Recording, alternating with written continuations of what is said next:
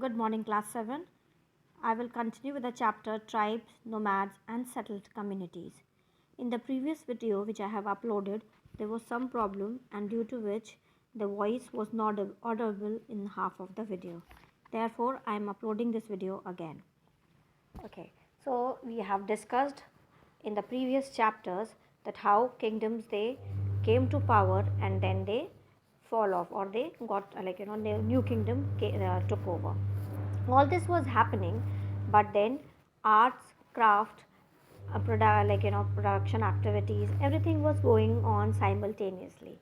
Like for example, if the elections are there, one party comes to power, and in the next election maybe the next party will come over, but then that does not have impact, or that does not, you can say, affect the production, the art activities, or all this which is going on. So, over the centuries, important political and economic development had taken place. Now, beyond this, in the large part of subcontinent, society was divided into on the basis of the Varna system, which we have studied before. But then there were people who didn't accept this Varna system or the supremacy of the Brahmins. They were divided into numerous unequal groups. They had their own, traditions, rules. So they were called the tribes, and members of these tribes, they were united with the they were united by the bonds, kinship bond, which they shared. Many tribes, they had their obtained their livelihood or earned their bread and butter through agriculture. Some of them were hunter gatherers, or even herders were there. Most often they combined these activities to make full use of the nat. So what they did was they all did all these activities and utilized the natural resources which were available to them. Okay, now who were the tribal people? According to the contemporary historians and travelers, they have not given much of the information about these tribes. A few exceptions we can say they are there or were there, but they preserved the rich customs and oral traditions. These were like they had their own customs and traditions which was passed down to each, to the next generation. Okay, so tribal people were found in almost all the region or the subcontinent. I have told you that you have to practice this map, and please practice marking few of the places like Baluchis, Bhils, then Gonds, Khasis, Ahoms. These names I have told you, few I have given in the revision section as well. So they were divided into many smaller clans under different chiefs. The clans had their own chiefs. The distant northeastern part of the subcontinent was dominated by tribes like Nagas, Ahoms, and many others.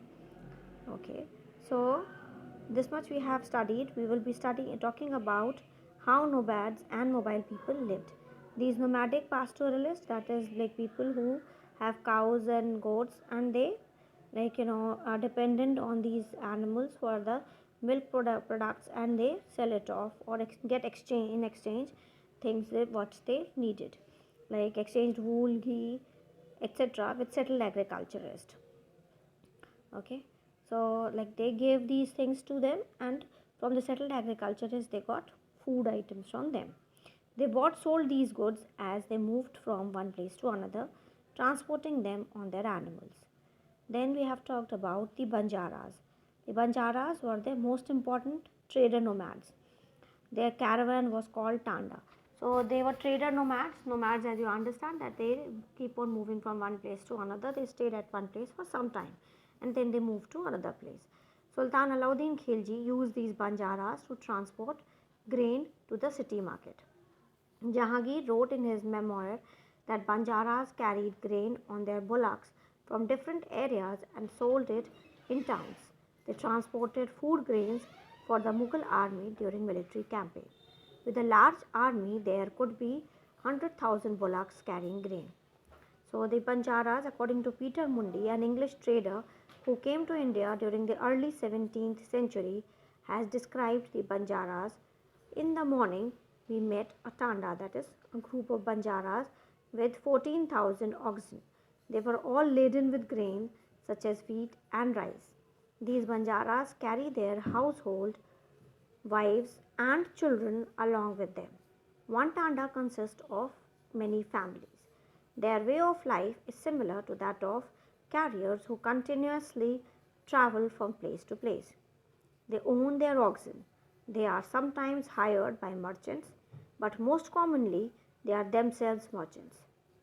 So sometimes they are hired by the merchants and sometimes they are themselves the merchant. They buy grain where it is cheaply available and carry it to places where it is dearer. Like from some place where they are getting it in less price, they purchased it and went to the place where it was like people wanted it, so they sold it there. That was the way they earned their living. From there, they again reload the oxen what with another anything that can be profitably sold in another place, and there they sold the grain. So from there they purchased a thing which was available easily and which could be sold in any other place. So in Atanda, there may be as many as 6 or 700 persons. They do not travel more than 6 or 7 miles a day. So you can see they had 6 or 700 people were there. They traveled in a day for like about 6 to 7 miles a day in a cool weather. After unloading their oxen, they returned them to free to graze, as there is enough land here and no one there to forbid them. Now, so many pastoral tribes reared and sold animals such as cattle and horses to the prosperous people. Different castes of petty peddlers also traveled from village to village. They made and sold wares such as ropes, reeds, straw matting, and coarse sacks. Sometimes mendicants acted as wandering merchants. There were castes of entertainers who performed in different towns and villages for their livelihood. So the pastoral tribes, they reared and like they sold those animals. The animals were like cattle, horses, to the prosperous people, rich people. Different castes of petty peddlers also traveled from village to village. People from different castes, or the small peddlers, like they also traveled from village to village. They made and sold wares such as ropes, reeds, straw matting, and coarse sacks. So what they sold was like wares such as ropes, reeds, straw matting. So they used these things in making things and they sold them. Sometimes they acted as wandering merchant, that is, who moved from one place to another. There were caste of entertainers who performed in different towns and villages for their livelihood. Because that in those times there was no television, no video games or mobile games. So there were a group of people who were entertainers. They acted or dramatized certain things, and people that was the means of entertainment. Changing society, new caste and hierarchies. As the economy and the need of society grew, people with new skill were required. Smaller caste or jatis emerged within varnas. So, for example, new caste appeared amongst the Brahmins. On the other hand, many tribes and social groups were taken into caste based society and given the status of jatis. Specialized artisans, the smith, carpenter, mason, were also recognized as separate jatis by the Brahmins. Jatis rather than varna became the basis for organizing society. So you can see that new jatis they came up like smith, carpenters, masons. Deliberation on jati. A 12th inscription from Oyakandan Odayar in Tiruchunapalli Taluka in present day Tamil Nadu describes the deliberation in a sabha of Brahmin. They deliberated on the status of group known as Rathkaras, that is chariot makers. Rathkaras, obviously from the name it is clear, Rathkaras, that is chariot makers. They laid down their occupation, which were to include architecture, building coaches and chariots, erecting gateways for temples with images in them, preparing wooden equipment used to perform sacrifices, building mandaps, making jewels for king. So they, the work of these people were, they built coaches and chariots. They erected gateways in the temples which had images of the gods in them. Then they prepared wooden equipment which were used to perform sacrifices, built mandaps and jewels for the king. Among the Kshatriyas, new Rajput clan became powerful by the 11th and 12th centuries. They belonged to different lineages such as Hunas, Chandelas, Chalukyas, and others. Some of these too had been tribes earlier. Many of these clans came to be regarded as Rajputs. They gradually replaced the older rulers, especially in agricultural areas. Here, a developed society was emerged, and rulers used their wealth to create powerful states. The rise of Rajput clan to the position of rulers set an example for the tribal people to follow. Gradually, with the support of the Brahmins, many tribes became part of the caste system. But only the leading tribal families could join the ruling class. A large majority joined the lower jatis of caste society. On the other hand, many dominated tribes of Punjab, Sindh, and northwest frontier had adopted Islam quite early. They continued to reject the caste system, the unequal social order. So these people adopted Islam because they found it convenient. There was like equality in this religion, and which was like unlike Hinduism, where it was where unequal social order was there. People were orthodox. They you can say the Brahmins held their own importance in the society. So they found that it was convenient to adopt Islam. The emergence of a state is closely related to social change amongst tribal people. Two examples of this important part of our history are described below. A closer look. The Gonds. The Gonds lived in a vast forest region called Gondwana, or country inhabited by Gonds. So Gondwana was a place where people who were Gonds, they inhabited, they lived. They practiced shifting cultivation. The large Gond tribe was further divided into many smaller clans. Each clan had its own Raja or Rai. About the time that the power of Delhi Sultan was declining, a few larger Gond kingdoms were beginning to dominate the smaller Gond chief.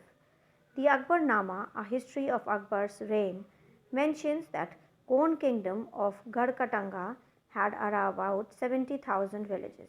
So you can see in the map where Gondwana, and you will mark it on the map of India as well. You can see where Gondwana is, and so we can come to know about these people that they practiced shifting cultivation. They had their own Raja who was known as Raja or Rai, and in Akbarnama you have heard about them that they had about 70,000 villages. The administrative system of these kingdoms was becoming centralized. The kingdom was divided into Garh. Each Garh was controlled by a particular Gond clan. This was further divided into units of 84 villages called Chaurasi. So the kingdom was divided into Garh. Garh was controlled by the Gond clan. Then it was further divided into 84 villages, which was known as Chaurasi. The Chaurasi was subdivided into Barhot, which was made of 12 villages each. So Barhot, from the name it is clear, Bara, which we call in Hindi. So 12 villages, that is Barhot. It was then into Chaurasi, that had 84 villages, then Garh, and then it was under the that was a centralized system of these Gonds. The emergence of large state changed the nature of Gond society. Their basically equal society gradually got divided into unequal social classes. Brahmins received land grants from the Gond Rajas and became more influential. The Gond chief now wished to be recognized as Rajputs. So Amandas, the Gond Raja of Garhkatanga, assumed the title of Sangram Shah. His son Dalpat married Princess Durgavati, the daughter of Salbahan, the Chandel Rajput Raja of Mahoba. Dalpat, however, died early. Rani Durgavati was very capable and started ruling on behalf of a 5-year-old son, Veer Narayan. Under her, the kingdom even became more extensive. In 1565, the Mughal forces under Asaf Khan attacked Garhkatanga.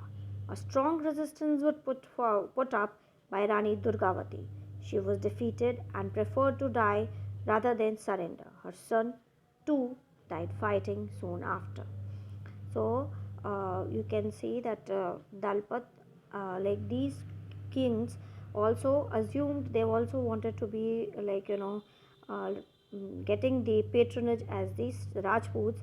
So Aman Das he assumed the title of Ram Shah and his son Dalpat, who married the Rajput princess Durgavati, but he died early, and Durgavati had like took care of the empire or acted as regent for her son, who was just 5 years old, that Bir Narayan.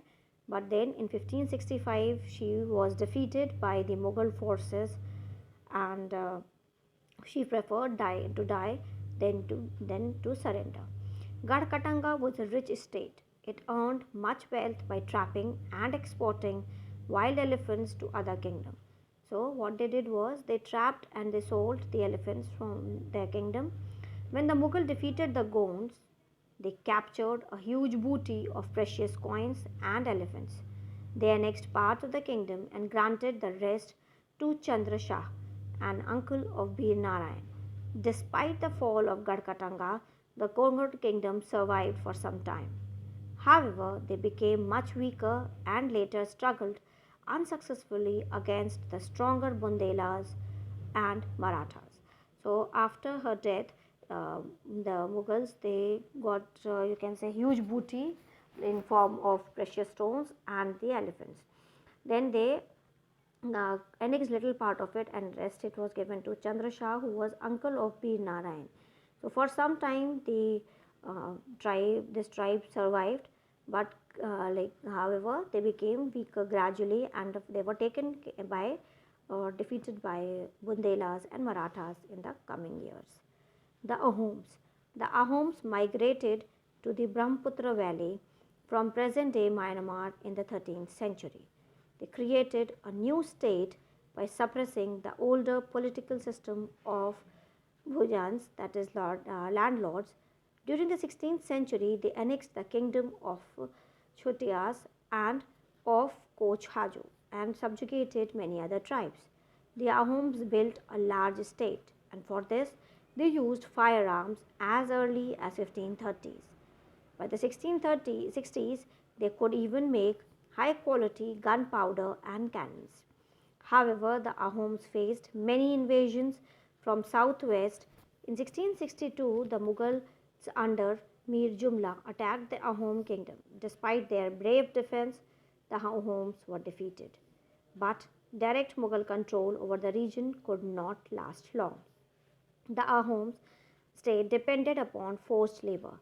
Those forced to work for the state were called pikes. A census of population was taken. Each village had to send a number of pikes by rotation. People from heavily populated areas were shifted to less populated places. Ahom clan were thus broken up. By the first half of the 17th century, the administration became quite centralized. So in Ahom, you can see that they were very efficient. They used firearms. They had very good quality of gunpowder and cannons, but still they were defeated in 1662 by Mir Jumla. And here they state it was dependent on the forced labor. They were called the Payaks, and each village, turn by turn or on rotation, they had to send certain number of Payaks to the for working. Almost all adults males served in the army during war. At other times, they were engaged in bulking and building dams, irrigation system, and other public works. The Ahoms also introduced new method of rice cultivation. So the adult people were involved in irrigation system. They were building dams and some other public work. They introduced the new system of rice cultivation. Ahom society was divided into clans or khels. there were very few caste of artisans. So artisans in Ahom areas came from the adjoining kingdom. Akhel often controlled several villages. The peasant was given land by his village community. Even the king could not take it away without the community's consent. So even that means the community was having such a strong hold that even without the even without the permission of the community, the king even cannot take it.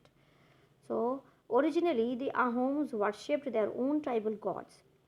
During the first half of the 17th century, however, the influence of Brahmanas increased. Temples and Brahmanas were granted land by the king. In reign of Sib Singh, Hinduism became the predominant religion. But Ahoms did not completely give up their traditional beliefs after adopting Hinduism. So they adopted Hinduism, but still they had their own traditional beliefs which continued to persist. Ahom society was very sophisticated.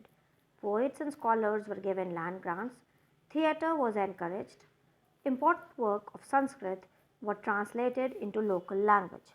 Historical work known as Burhanjis were also written first in the Ahom language and then in Assamese.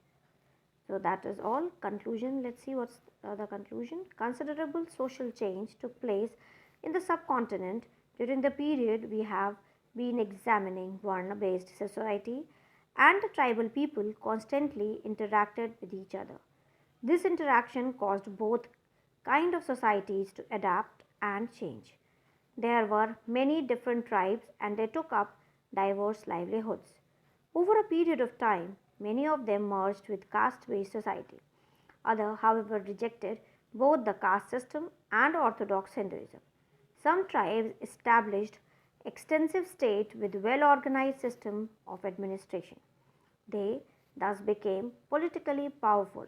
This brought them into conflict with larger and more complex kingdoms and empires. So, because that social change which took place in the subcontinent, that one society was there, then there tribal people who were constantly having interacted with each other, that was also there. This caused kinds of there was society which adopted, they wanted the change. So there were many tribes that took up different livelihoods for a period of time. Many of them they merged with the caste, many of them they gradually merged in the caste system. Others they rejected the caste system because of the orthodox Hinduism. Some Thai tribes established their extensive states. And when we talk about elsewhere, the Mongols. Find Mongolia in your atlas. The best known pastoral and hunter gatherer tribe in history were the Mongols. They inhabited the grassland steppes of Central Asia and the Foster area further north by 1206. Genghis Khan had united the Mongol Turkish tribes into powerful military force. At the time of his death in 1227, he was the ruler of extensive territories. His successor created a vast empire. At different point of time, it included parts of Russia, Eastern Europe and also China and much of West Asia. The Mongols had well organized military and administrative system. These were based on the support of different ethnic and religious groups.